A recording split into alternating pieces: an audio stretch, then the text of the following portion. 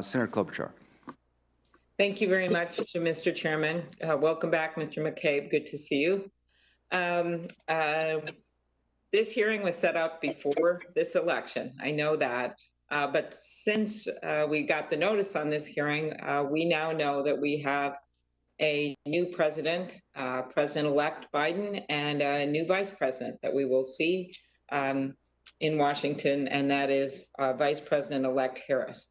And I just want to make clear to anyone watching this right now out there in the virtual land that this is all about what happened before the 2016 election. Is that correct, Mr. McCabe? And around that time period? That's correct.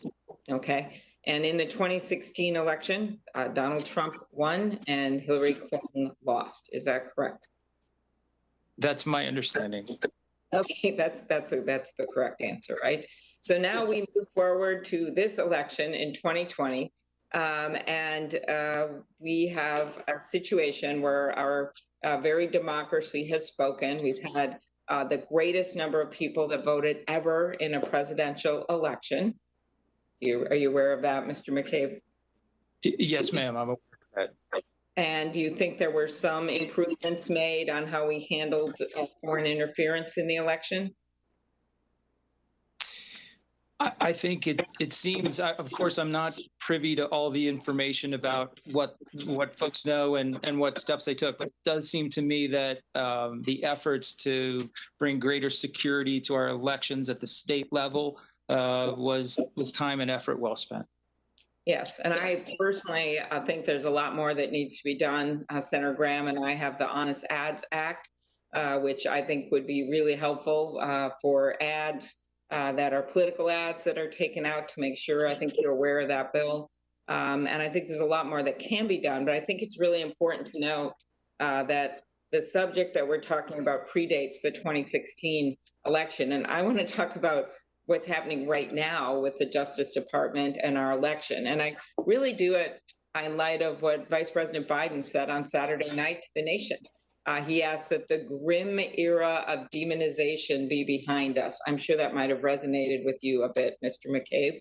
And that we, understanding that some people didn't agree with him and voted for Donald Trump, but he literally reached out to people who voted for Donald Trump. And he said, look, I've been disappointed before. I've lost elections, but I'm asking you to give me a chance and I'll give you a chance. And so that is the approach that I take here.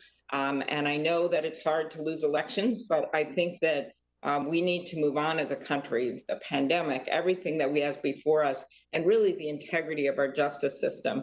And I was actually very disheartened yesterday when Attorney General Barr sent out a memo to the U.S. attorneys throughout the country, asking them to examine voting irregularities even before the states had certified their results. And I had actually done a letter back on October 23rd when he started questioning mail-in ballots early on, and asked them to look at this because the federal prosecution of elections, the Justice Department's policy says, quote, overt criminal investigative measures should not be taken, quote, until the election in question has been concluded, its results certified, and all recounts and election contests concluded.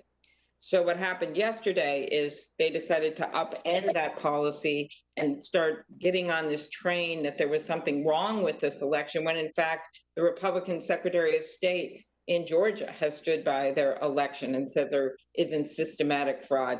The Republicans in Arizona, the governor there, this is a state where Joe Biden basically has won with a few more votes to be counted. You look at what happened in Pennsylvania. So my concern is they're upending this longstanding policy right when the election, resulting in a career prosecutor, Mr.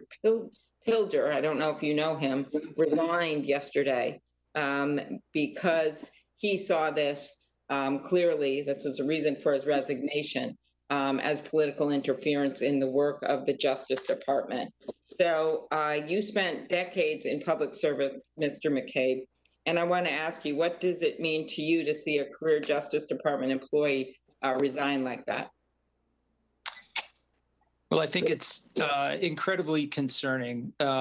As undoubtedly, Senator, you know from your own experience that people in the Department of Justice are typically committed to long and noble service. It's not just a job; it's a calling. It's what you choose to do with your life. So when people start resigning in protest over decisions that leadership makes, I think we should all take a very, very close look at that.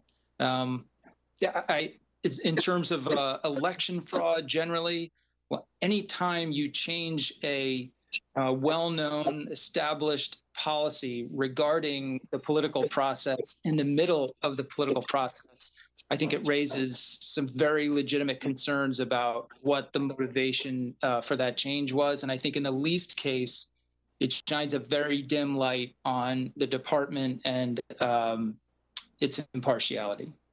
And with a new president coming in, what steps do you think we should be taking to restore public confidence in the department and improve morale in the department?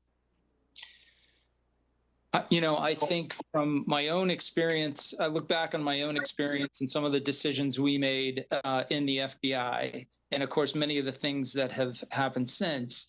And, I think a return to the time-honored principles in the department and in the Bureau of being very careful about what we do and how we do it around the political process is, I think that's something that most people in the department and the Bureau would really embrace. All right. Well, thank you, Mr. McCabe. Thank you very much.